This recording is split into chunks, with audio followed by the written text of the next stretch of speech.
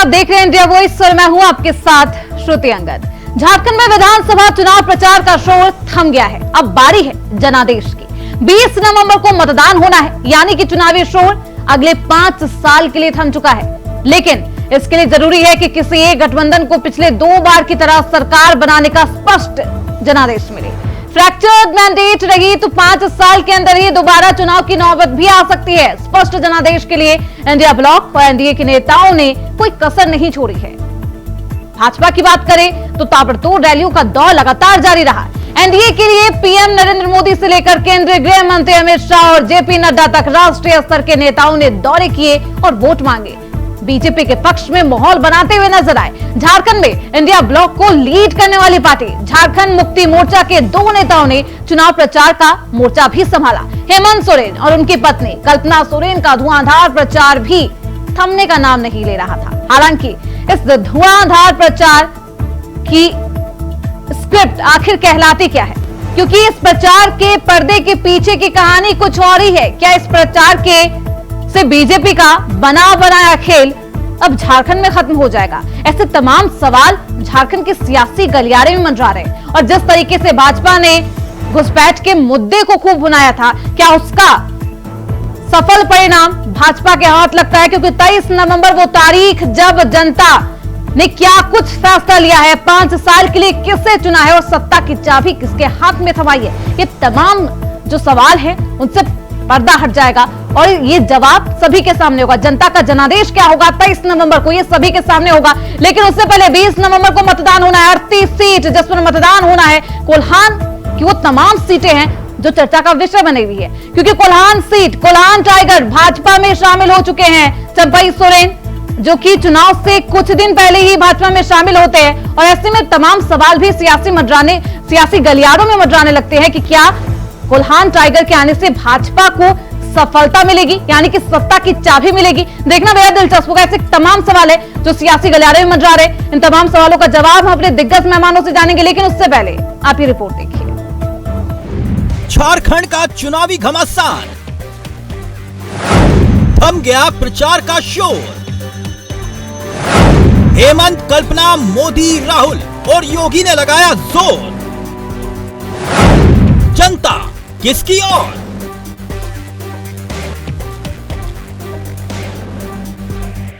तो आखिरकार दूसरे चरण का चुनाव प्रचार थम गया। झारखंड विधानसभा चुनाव के दूसरे चरण में 38 सीटों के लिए 20 नवंबर को वोटिंग होनी है। मगर बीजेपी हो या जेएमएम, कांग्रेस हो या फिर आरजेडी, ऐसा कोई दल नहीं है जिसने चुनावी रण में माहौल बनाने के लिए जोर ना लगाया हो। अगर झारखंड में नेताओं के धुआंधार प्रचार की बात की जाए तो 17 नवंबर तक राहुल गांधी और मल्लिकार्जुन खड़गे ने 6 चुनावी जनसभाओं को संबोधित किया। प्रधानमंत्री नरेंद्र मोदी भी 6 जनसभाएं, रांची में 1 रोड शो भी किया। गृह मंत्री अमित शाह 16 जनसभाएं, केंद्रीय कृषि मंत्री शिवराज सिंह चौहान और असम के मुख्यमंत्री हेमंत बिस्वा शर्मा ने दोनों ने मिलकर 100 से ज्यादा सभाएं की। आरजेडी सुप्रीमो लालू प्रसाद यादव 1 और तेजस्वी यादव ने 23 से ज्यादा सभाएं की। लेकिन इंडिया गठबंधन के स्टार प्रचारक मुख्यमंत्री हेमंत सोरेन और कल्पना सोरेन ने प्रचार के सारे रिकॉर्ड तोड़ डाले। झारखंड राज्य बनने के बाद शायद किसी नेता ने चुनाव प्रचार में इतनी बड़ी संख्या में जनसभाओं को संबोधित किया। 17 नवंबर तक हेमंत सोरेन ने 92 और कल्पना सोरेन ने 98 से ज्यादा जनसभाएं की। एनडीए के खेमे में प्रत्याशियों में सबसे ज्यादा प्रधानमंत्री नरेंद्र मोदी, गृह मंत्री अमित शाह और यूपी के मुख्यमंत्री योगी आदित्यनाथ की डिमांड रही। तो वहीं इंडिया गठबंधन के प्रत्याशियों में हेमंत सोरेन और कल्पना सोरेन ही छाए रहे।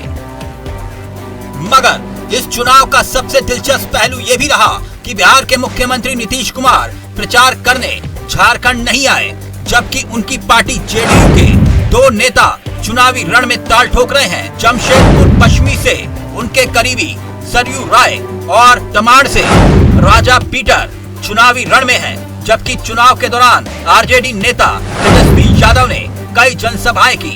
आरजेडी के 7 नेता चुनाव लड़ रहे हैं। तेजस्वी यादव ने कांग्रेस और जेएमएम प्रत्याशी दोनों के पक्ष में 23 से ज्यादा सभाएं की। यानी अब बारी दूसरे चरण की है।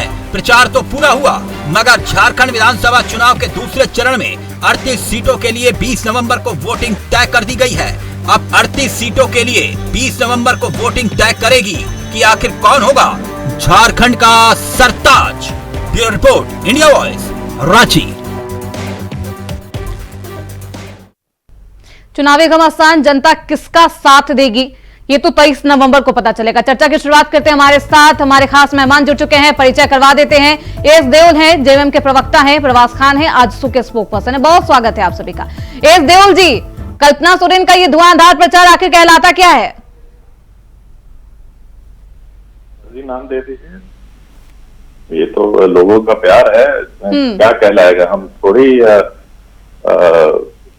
नरेंद्र मोदी जी हैं कि कोई नैरेटिव सेट करके उसके बाद सब मीडिया हाउसेस से उसको एको करवाना। ये तो लोगों के प्यार है, उनको बुला रही है, लोगों के बीच जा रही है, लोग उनको प्यार दे रहे हैं। इसको नाम, इस प्यार को क्या नाम दें, एक गाना था ना बहुत पुराना, तो इसको नाम वगैरह तो कुछ नहीं, ये लोगों के बीच में जाना है और लोगों को अपनी हकीकत बताना है कि किस तरह से। प्रवास खान जी, प्यार तो बटोर ले गई कल्पना सोरेन। जाहिर सी बात है, राजघराने की बहू है कल्पना जी और अच्छी वक्ता भी है, हम मेहनत भी कर रही है। जाहिर सी बात है कि उनको होना चाहिए, क्योंकि उनको स्थापित करने के लिए अल्पसंख्यक का सीट को रातों रात उनको इस्तीफा लेना पड़ा था और वो स्थापित भी हुई थी। ठीक है, जनता के बीच जा रही है, जनप्रतिनिधि है, लोकतंत्र की खूबसूरती है, उनकी एफर्ट है, अच्छी बात है।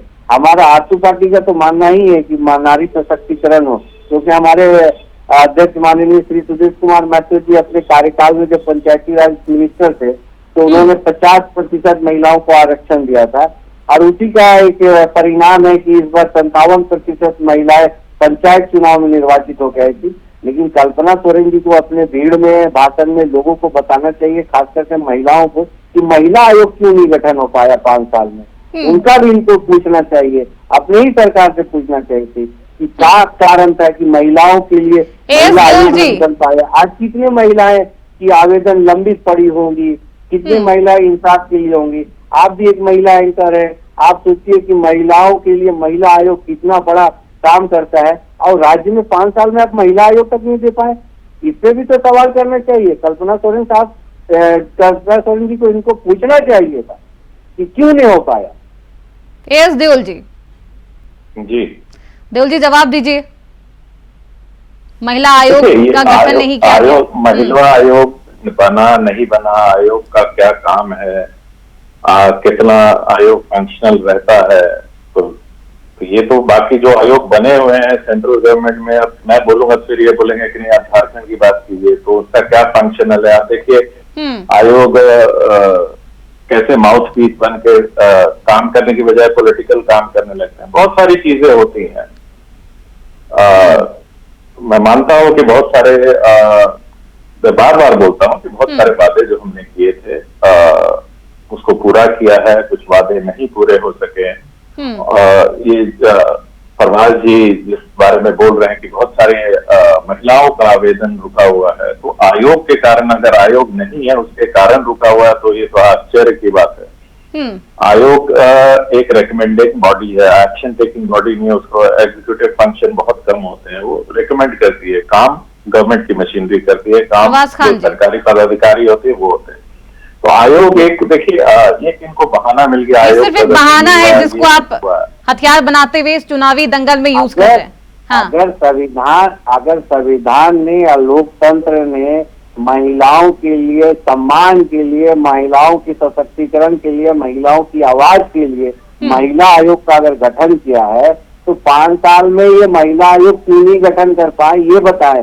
झारखंड में जिस तरह से झारखंड की आदिवासी बच्चियां जिस तरह से देह व्यापार के नाम पे जिस तरह से उनकी मानव तस्करी होती है, प्ले स्टेट की इंडस्ट्री पे वो चली जाती हैं, उस पे रोक लगाने के लिए, एक अंकुश लगाने के लिए महिला आयोग की कितनी बड़ी भूमिका होती है, ये सब चीज को बताना पड़ेगा क्या।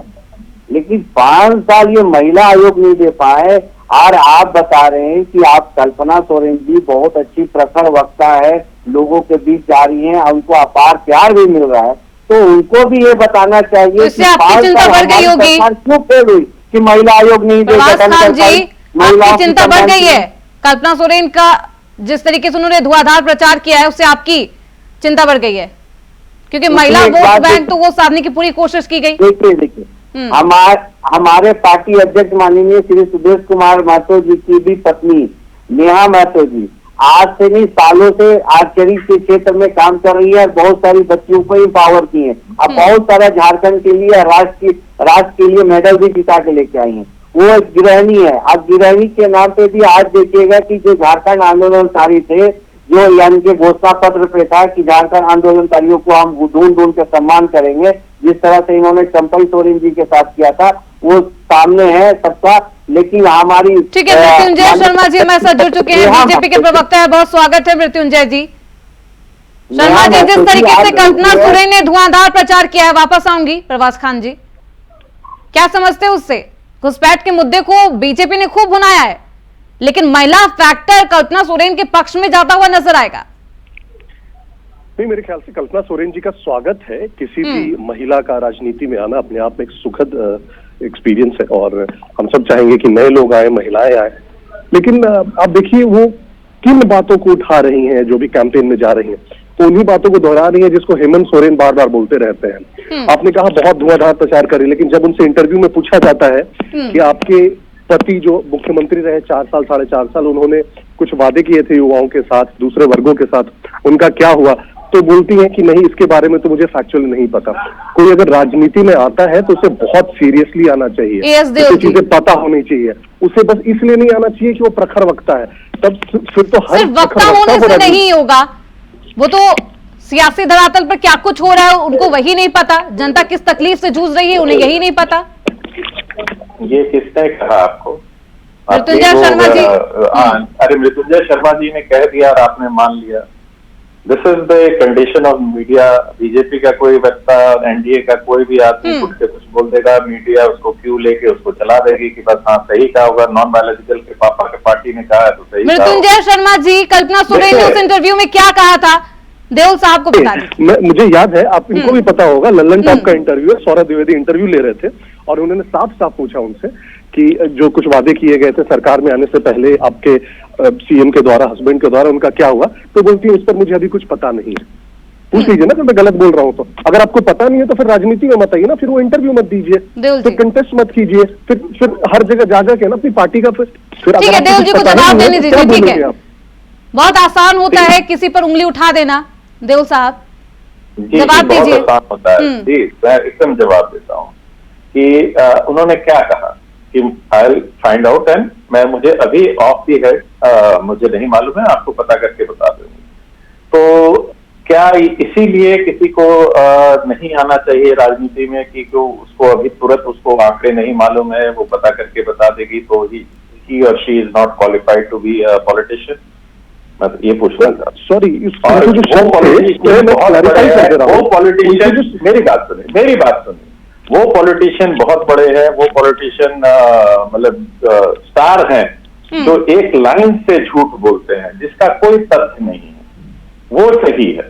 अब बीजेपी के एक पॉलिटिशियन, मुख्यमंत्री, चीफ मिनिस्टर, लेकिन देओल जी ये अफसोस की बात नहीं है कि जिस जनता से वोट की मांग करने गई है। मेरी बात तो सुन लीजिए ना। तो प्रधानमंत्री से लेके बीजेपी का एक नेता, आरजेडी का एक नेता, मतलब एनडीए का एक नेता झूठ बोलता आया अबाउट, उसके बारे में कितने प्रेस आर्टिकल्स इंडियन एक्सप्रेस में आ गया, स्क्रोल में आ गया कि जो बीजेपी ने पूरा नैरेटिव बनाया बांग्लादेशी घुसपैठियों का। उन्होंने एक केसेस, इन्होंने 10 केसेस का नाम लिया कि वो मुस्लिम की जमीन खा गए। उन्होंने एक केसेस संथाल में जाके देखे और they were not found to be true. तो ये ऐसे पॉलिटिशियन एक्सेप्टेबल है, वैसे पॉलिटिशियन एक्सेप्टेबल नहीं है जो बिना किसी मतलब बिना कंफर्म हुए कोई डाटा पब्लिक में नहीं देना चाहते। हम ऐसा नहीं, जब तक हमारे पास आंकड़े नहीं आ रहे थे, आज आंकड़े पूछ लीजिए, उसके बाद से आप ट्वीट्स देख लीजिए, सारे आंकड़े पेश कर दिए गए कि जो वादे किए थे उसका क्या हुआ, जो नहीं हुए वो भी दिखे हैं, जो हुए हैं वो भी दिखे हैं, और जो नहीं किए थे पर काम किया वो भी लिखे। झूठ बोलने से बेहतर है मृत्युंजय जी कि आधा अधूरा सच भी ना बताया जाए। मैं क्लैरिफाई कर दूं उन्होंने क्या कहा। उन्होंने ये नहीं कहा कि मुझे नहीं पता, मैं फाइंड आउट करेंगी। उन्होंने कहा अभी इसका मेरे पास जवाब नहीं है। इसका क्या मतलब होता है? तो क्या अभी इसका जवाब नहीं है करके ना इंटरव्यू इंटरप्ट मत कीजिए। श्रुति जी एक मिनट, मैं अभी सोचता हूँ मृत्युंजय जी से, प्लीज प्रधानमंत्री मणिपुर क्यों नहीं गए, इसका जवाब तुरंत दे दें मुझे। प्रधानमंत्री मणिपुर चल रहा है, वो क्यों नहीं गए? इसका जवाब है इनके पास कि ये पूछ के बता, जवाब नहीं है, ये पूछ के बता क्यों नहीं गए? उनको नाइजीरिया और ब्राजील ज्यादा पसंद है, मणिपुर जल रहा है, झांसी में 10 बच्चे मर गए झुलस के, एक शब्द इनके मुंह से नहीं निकला, और आज तक प्रधानमंत्री मणिपुर क्यों नहीं गए? मृत्युंजय से ये पूछ के जवाब दे दीजिए, क्योंकि ये तो पॉलिटिक्स में तुरंत देना चाहिए जवाब, चाहिए कि मैं बाद में दूंगी। बटर साहब को ज्ञात होगा कि पहला चरण का मतदान संपन्न हो गया है। आज झारखंड मुक्ति मोर्चा हो, चाहे कांग्रेस हो, आरजेडी हो, इनका पैर के नीचे से जमीन हिल गया है। दूसरे आंदोलनकारी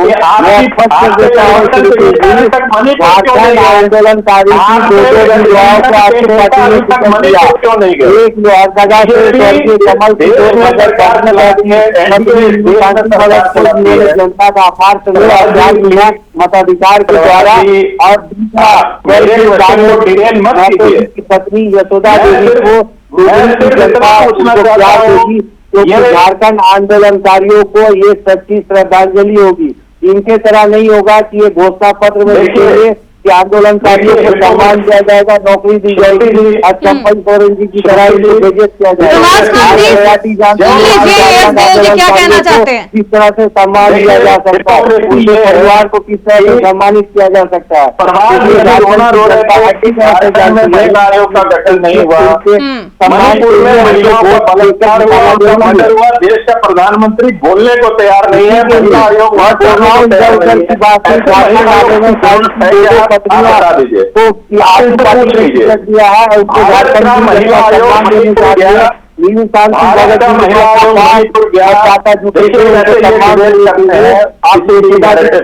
यशोदा जी के जनता की क्या क्वेश्चन क्या है, सवाल क्या है, सवाल का जवाब दीजिए प्रभात जी। क्या आप इनसे पूछ लीजिए, भारत का महिला आयोग मणिपुर क्यों नहीं गया? अगर इतना ही महिलाओं की इज्जत का आपको ख्याल है, प्रधानमंत्री क्यों नहीं गए मणिपुर? भारत का महिला आयोग मणिपुर क्यों नहीं गया, बता दीजिए।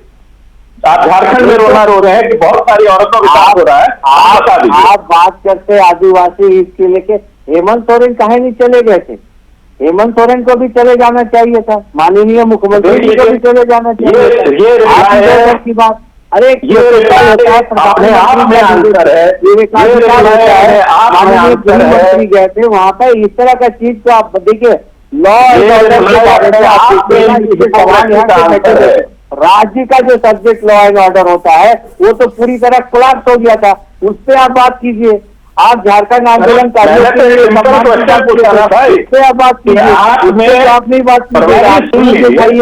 आप बोलते हैं, विधानसभा चुनाव में आप जो घोषणा पत्र 400 पन्ने का लेके आए थे, कितना निष्पादन किए, उसका जवाब दिए। आप ना हिसाब देना चाहते हैं, ना 5 साल बच्चों को किताब दिए, इस पे जवाब दीजिए ना। झारखंड की जनता जो आप मन बना ली है कि 23 तारीख को आपकी विदाई सुनिश्चित करेगी, अब भव्य तरीके से करेगी, और हम लोग फिर इंडिया वर्ल्ड में बैठेंगे और आपकी विदाई को हम लोग देखेंगे। एस देओल जी, देखिए मैंने तो इनसे सिंपल सवाल पूछा ना, दोनों बीजेपी के प्रवक्ता, राष्ट्रीय के प्रवक्ता से, कि प्रधानमंत्री मणिपुर क्यों नहीं गए? वहां भी तो आदिवासी औरतों को बलात्कार हुआ, जलाया गया। वहां के भारत की महिला आयोग, जो ये महिला आयोग का रोना रो रहे थे शुरू में कि क्यों नहीं बनाया, कितनी महिलाओं का, भारत का महिला आयोग क्या वहां गया? भारत की महिला आयोग के अधिकारी झारखंड आके झूठ बोल के, जिसको पेपर्स ने पकड़ा कि ये झूठ बोल के गलत बयानी करके, बताइए झारखंड भारत का कमीशन गलत बयानी करके जाता है, जो सारे पेपर्स में आता है कि गलत बयानी, वो नहीं बोलेंगे। देखिए इनको जिसमें जवाब नहीं है उसको बदल दो। अभी तक आपने पूछा क्यों नहीं अपने भाषण में जवाब देंगे कि पूछ के जवाब देंगे, भारत के प्रधानमंत्री मणिपुर क्यों नहीं आया? उसके लिए चलिए ठीक है, मृत्युंजय शर्मा जी, ठीक है, प्रभात खान जी, कल्पना सोरेन जी को स्थापित किया गया राजनीति पे, हाँ। वो निर्वाचित हो के आई, ठीक है, वो स्थापित किया गया, उसका वो सफलता हासिल कर पाती है नहीं कर पाती है, देखना बेहद दिलचस्प होगा। प्रभास खान जी रुक जाइए। मृत्युंजय शर्मा जी, जिस तरीके से महिला वोट बैंक को साधने की कोशिश की गई कल्पना सोरेन के द्वारा, कितना साइड इफेक्ट बीजेपी पर, और बीजेपी ने कोई ऐसा स्थानीय मुद्दा नहीं भुनाया इस पूरे चुनावी दंगल में, सिर्फ घुसपैठ वाला मुद्दा ही भुनाया। इसका असर क्या कुछ होगा, क्या फायदा पहुंचा पाएगा बीजेपी को? मैं थोड़ा करेक्ट करना चाहूंगा। घुसपैठ वाला मुद्दा एक बहुत इंपॉर्टेंट मुद्दा है हमारे लिए, उसको हमने बार बार हर फोरम पे उठाया है, लेकिन ऐसा नहीं है कि सिर्फ वही मुद्दा है। हम लोगों ने युवाओं की जो बेरोजगारी है और जो उनको नौकरियां नहीं मिल पाई और जिस प्रकार का धोखा हुआ है उनके साथ, चाहे पेपर लीक के माध्यम से या नौकरियों को बेचने के माध्यम से, उसको हमने हर फोरम पे उठाया है। जिस प्रकार से महिलाओं को जो शुरू में 2000 रुपए तुला तक मिलना चाहिए था, पूरे 4.5 साल नहीं मिले और लास्ट के सिर्फ 2 महीने में झुंझुने की तरह थमा दिया गया, हमने उसको हर फोरम पे उठाया है।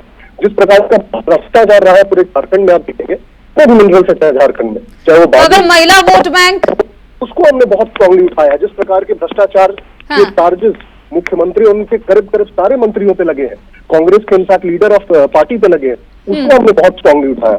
तो हमने जो भी मुद्दा राज्य के हित में, यहाँ के स्थानीय मुद्दे, हमने सबको उठाया है। एएस देओल जी, वर्गों को कंसर्न करता है वहां तक हमने पहुंचा। भाजपा ने चुनावी दंगल में स्थानीय मुद्दा उठाया, सहमति है आपकी? स्थानीय मुद्दा, हाँ, स्थानीय मुद्दा क्या, उन्होंने जवाब नहीं दिया। मणिपुर वाला आपने पूछा था ना कि तुरंत जवाब देना चाहिए, ऐसे लोगों को नहीं आना चाहिए पॉलिटिक्स में जो जवाब नहीं दे सकते, आंकड़ों के बिना नहीं आना चाहिए। चुनाव मुद्दा इन्होंने कहा, बेरोजगारी का मुद्दा उठाया इन्होंने। नहीं, आप बेरोजगारी, देश की बेरोजगारी का मुद्दा उठाया कि झारखंड की बेरोजगारी का मुद्दा उठाया? फिर मैं भी आपसे सवाल पूछूंगा कि जो 20 अभ्यर्थी थे जिनकी मौत हो गई दौड़ते दौड़ते, उसके घर पे क्यों नहीं गए हेमंत सोरेन? क्यों से झारखंड भवन के उद्घाटन उनको बुला के सम्मान दिया गया, उनको बुला के सम्मान दिया गया, तो वहां क्यों नहीं गए? संध्या स्वप्नों को ट्रक चढ़ा के चली गई, तो वहां क्यों नहीं गए? जवाब दीजिए ना, दीजिए। नहीं, तो मैंने तो पहले आपसे पूछा ना कि प्रधानमंत्री क्यों नहीं गए?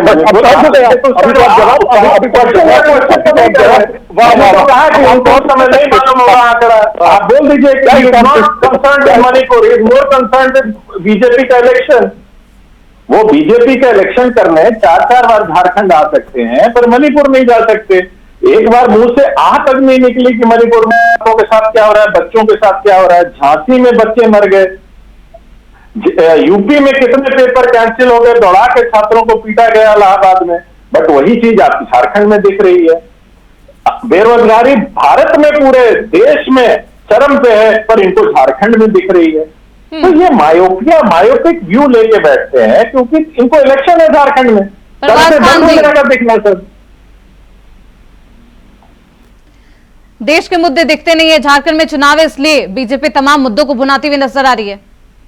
देखिए इसमें बहुत स्पष्ट होना चाहिए, झारखंड में चुनाव हो रहा है। झारखंड का जिस तरह से इन्होंने 5 साल दोहन किया है, खनिज संपदा से लेके जो मानसिक उत्पीड़न झारखंड की जनता को दिया है, झारखंड में चुनाव हो रहा है। लोकतंत्र का ये महापर्व है, जाहिर सी बात है सवाल तो पूछेंगे और सरकार तो बदलेंगे। ये 5 साल मतलब आप जेएमएम पार्टी से 5 साल का हिसाब मांग रहे हैं? 5 साल का हिसाब जनता की समझ देना चाहिए ना, कि कुछ एक नया यूजन क्रिएट करना चाहिए। ब्रह्मचार्य को आपकी पार्टी ने तोड़ दिया है, सवाल पूछ रही है, सरकार को बदलना है, क्योंकि अब की बार रोजगार देने वाली सरकार। हाँ, जैसे भारत में, पूरे भारत में रोजगार दे दे के इतना रोजगार दे दिया कि अब लोगों को बाहर विदेश जाना पड़ रहा है अपना रोजगार देने के लिए। अमेरिका से लोग आ रहे हैं, इंग्लैंड से लोग आ रहे हैं। विधानसभा सरकार का ट्रैक रिकॉर्ड, आपने बोला था 5 लाख नौकरियों की, आपने बोला था बेरोजगारी बढ़ेगी, आपने बोला था और आपने अपने जवाब